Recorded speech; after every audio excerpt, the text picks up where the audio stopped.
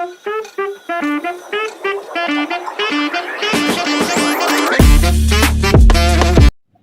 Krishna, welcome to channel the way of law. तो आज हम लोग पढ़ेंगे रिफ्रेशिंग मेमोरी के बारे में। तो हम लोग यहाँ पे जो बीएसए का जो सेक्शन है वो हम लोग सेक्शन 162, 163 और 164 पढ़ने वाले हैं, और इंडियन एविडेंस एक्ट का सेक्शन 159, 160, 161। तो सबसे पहले हम लोग देखते हैं सेक्शन 162। मेरी हैंड राइटिंग बहुत ही बेकार है, इस वजह से कहती हूँ कि लेक्चर जब सुनते हो ना तो नोट्स बना लिया करो। मैं आपको नोट्स भी इन फ्यूचर प्रोवाइड कर दूंगी, there is nothing like this. मेरे पास बहुत ज़्यादा डिमांड नहीं है इसके नोट्स प्रोवाइड करने की, इस वजह से मैं ऐसे पढ़ाने की कोशिश कर रही हूँ। बट अगर ज़्यादा डिमांड होगी तो मैं अकॉर्डिंगली अपनी चीज़ें अरेंज करूँगी, ठीक है। तो यहाँ पे क्या कहते हैं कि ये क्या बात कहता है कि मान लो कोई भी विटनेस है किसी ट्रांजैक्शन के दौरान। यहाँ ट्रांजैक्शन मतलब सिर्फ कॉन्ट्रैक्ट एक्ट वाला ट्रांजैक्शन मत समझना, क्योंकि मैं थोड़ी देर पहले ट्रांजैक्शन पढ़ा रही थी तो उसके बाद मैं बीएसए पढ़ा रही थी तो बच्चे कंफ्यूज हो गए। ट्रांजैक्शन यहाँ पे तो ध्यान रखना थोड़ा कि सिर्फ कॉन्ट्रैक्ट एक्ट वाला ट्रांजैक्शन नहीं है। मर्डर, इसको हम ट्रांजैक्शन बोलेंगे। थेफ्ट, एक्सटॉर्शन, रॉबरी, ये सब क्या है? ट्रांजैक्शन है। तो कोई भी विटनेस अगर मान लो कोर्ट में वो जाता है बोलने के लिए, कोर्ट में उसे किसी चीज़ का एविडेंस देना होता है।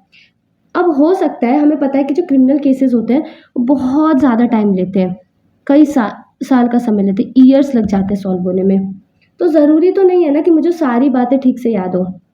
तो यहाँ पे ये बात कही जा रही है कि अगर किसी ट्रांजैक्शन के दौरान, हम कह दें मर्डर के दौरान, अगर आपने कोई चीज़ नोट डाउन करी है, कोई भी चीज़ आपने लिखी है, तो आप क्या कर सकते हैं, जब आपको कोर्ट में बुलाया जाएगा बाद में तो आप उसे देख सकते हैं, अपनी मेमोरी को आप रिफ्रेश कर सकते हैं, क्योंकि चांसेस है कि आप भूल सकते हो, है कि नहीं? आप भूल सकते हो कि नहीं? जैसे मैं आपको एक एग्जांपल देती हूँ। जैसे पुलिस ऑफिसर्स होते हैं, पुलिस ऑफिसर्स क्या होते हैं? इन्वेस्टिगेशन करते हैं। अब पुलिस ऑफिसर्स के पास बहुत सारे केस होते हैं, तो इन्वेस्टिगेशन के दौरान वो क्या करते हैं कि चीज़ें जो है अपनी केस डायरी में लिख रहे हैं। अब बाद में जब उन्हें कोर्ट में बुलाया जाएगा ना तो अपनी केस डायरी को रिफर कर सकते हैं, देख सकते हैं कि उस दौरान उन्होंने क्या लिखा है। एक और बात का ध्यान रखना, यहाँ पे जैसे मैं आपको एग्जाम्पल देती हूँ, मैं आपको थोड़ा सा समझाती हूँ एग्जाम्पल देके। मान लो क्या कहते हैं कि ए जो है उसके पास कार थी, अब वो कार बहुत तेज़ी से चलाता है, यहाँ पे बी रहता है, उसका मर्डर कर देता है। यहीं पे सी आता है, अब सी देखता है, उसे बहुत बुरा लगता है। अब देखता है कि जो बी है अपनी कार को लेके चला गया वो। सी क्या करता है? तुरंत उस गाड़ी का नंबर नोट डाउन कर लेता है, जो भी नेम प्लेट, मतलब जो भी उसका प्लेट रहता है, नंबर प्लेट रहता है, उसे नोट डाउन कर लेता है। अब कल को जो कोर्ट में बुलाया जाएगा, मान लो 4 साल बाद मैटर है, 4 साल बाद उसे बुलाया जा रहा है, 2 साल बाद बुलाया जा रहा है, 2 साल छोड़, मैं तो कह रही हूँ 1 महीने बाद ही बुलाया जाएगा। 1 महीने बाद भी अगर उसे बुलाया जा रहा है तो आपको लगता है किसी को गाड़ी का मतलब प्लेट याद रहेगा, नंबर प्लेट नहीं ना?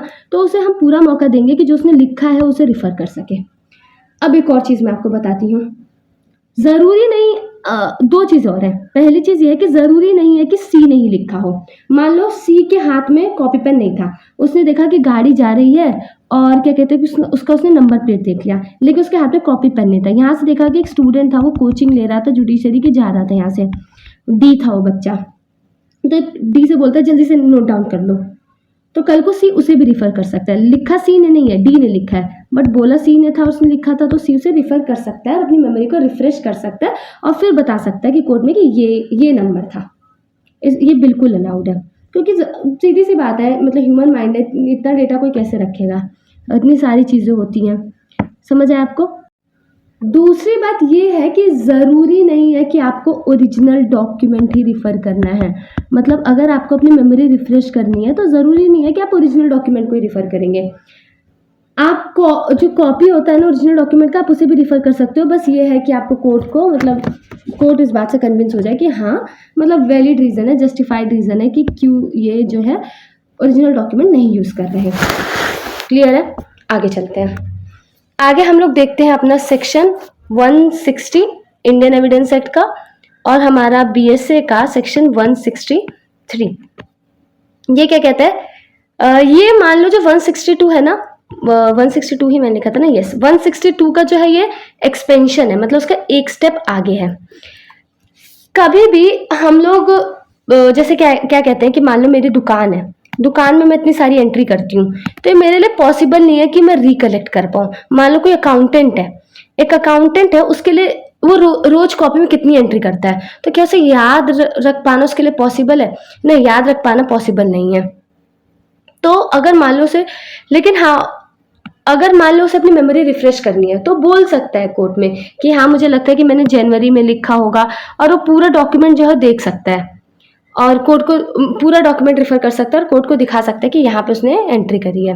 बेसिकली जब मल्टीपल एंट्रीज होती है ना, जब बहुत सारी एंट्रीज होती हैं, तो पॉसिबल नहीं है किसी के लिए भी याद रख पाना, तो वो रिफ़र कर सकता है अपनी अकाउंट बुक को, या जो भी चीज़ें नॉर्मल कोर्स ऑफ बिजनेस में रहती है उसको रिफ़र किया जा सकता है। ये बात जो थी क्लियर किया गया था state of Andhra Pradesh versus Ganeshwar Rao. I am really sorry for my hand writing, लेकिन मुझे लगता है वॉइस क्लियर है तो आप लोग लिख सकते हैं, ठीक है।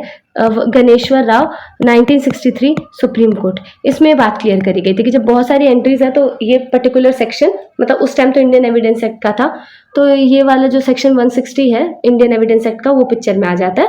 और मतलब मुझे एग्जैक्टली पता नहीं है कि कहाँ पे क्या है, लेकिन मैं देख के कोर्ट को बता सकती हूँ, ठीक है। ये बात बस जो थी कही थी हमारी, इसी का बस थोड़ा सा एक्सपेंशन है सेक्शन 160 इंडियन एविडेंस एक्ट का, या फिर हम लोग कह सकते हैं सेक्शन 163 हमारा बीएसए का। मैं आप लोग के लिए एक बार रीड कर देती हूँ।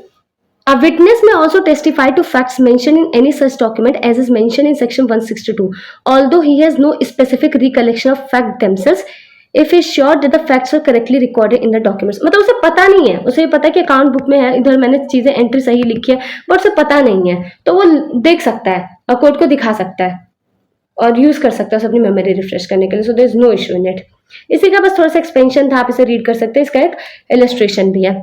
आगे चलते हैं, आगे हम लोग देखेंगे सेक्शन 164।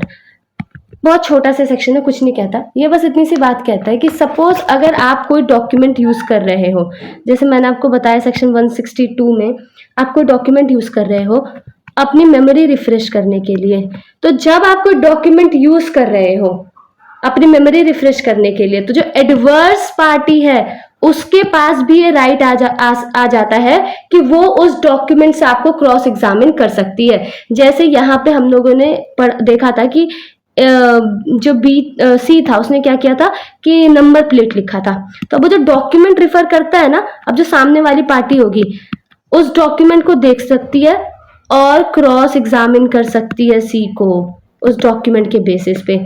लेकिन अगर मान लो बहुत बड़ा डॉक्यूमेंट है, बहुत बड़ा डॉक्यूमेंट है, लेकिन मैंने जस्ट एक पार्ट को रिफर किया अपनी मेमोरी को रिफ्रेश करने के लिए, तो एडवर्स पार्टी मतलब जो सामने वाली पार्टी है सिर्फ और सिर्फ इसी पोर्शन से क्रॉस एग्जामिन कर सकती है, ये नहीं कि पूरे डॉक्यूमेंट से क्रॉस एग्जामिन करेगी। तो मतलब जितना मैंने हिस्सा यूज किया अपनी मेमोरी रिफ्रेश करने के लिए, अपोजिट पार्टी जो है उतना ही हिस्से से मेरे को क्रॉस एग्जामिन कर सकती है, उससे ज्यादा वो भी क्रॉस एग्जामिन नहीं करेगी। एक बार मैं आपके लिए रीड करती हूँ सेक्शन 164 बीएसए का। क्या कहता है? Any writing refer to under the provision of the two last preceding section shall be produced and shown to the adverse party if he requires it. ऐसा नहीं है कि उसे पूछना ही है, मतलब अगर वो चाहता है तो उसे दे दिया जाएगा।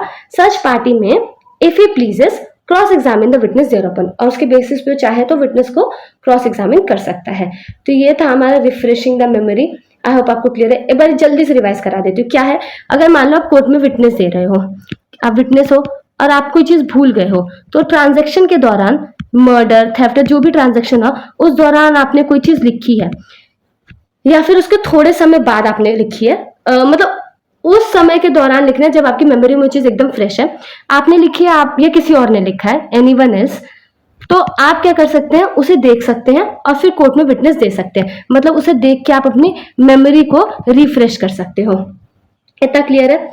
उसके बाद फिर अगली चीज क्या है कि मैंने आपको उसका एक स्टेप आगे बताया था सेक्शन 163 में, मल्टीपल एंट्रीज के बारे में मैंने आपको बताया था। और फिर सेक्शन 164 क्या कहता है कि जो मैंने पार्ट को रिफर किया है अपनी मेमोरी रिफ्रेश करने के लिए, एडवर्स पार्टी या जो सामने वाली पार्टी है चाहे तो उससे मतलब उस पोर्शन से मेरे को क्रॉस एग्जामिन कर सकती है, उसके पास पूरा राइट आ जाता है। I hope it is clear. If there is any doubt do mention the comment box, will try our best to help you. Hare Krishna. Video तो एंड हो चुकी है, पर आप हमसे कनेक्ट कर सकते हैं हमारे इंस्टा आईडी पे, लिंक डिस्क्रिप्शन में दिया गया है। और ऐसी और वीडियोस देखने के लिए हमें सब्सक्राइब करें। हरे कृष्ण।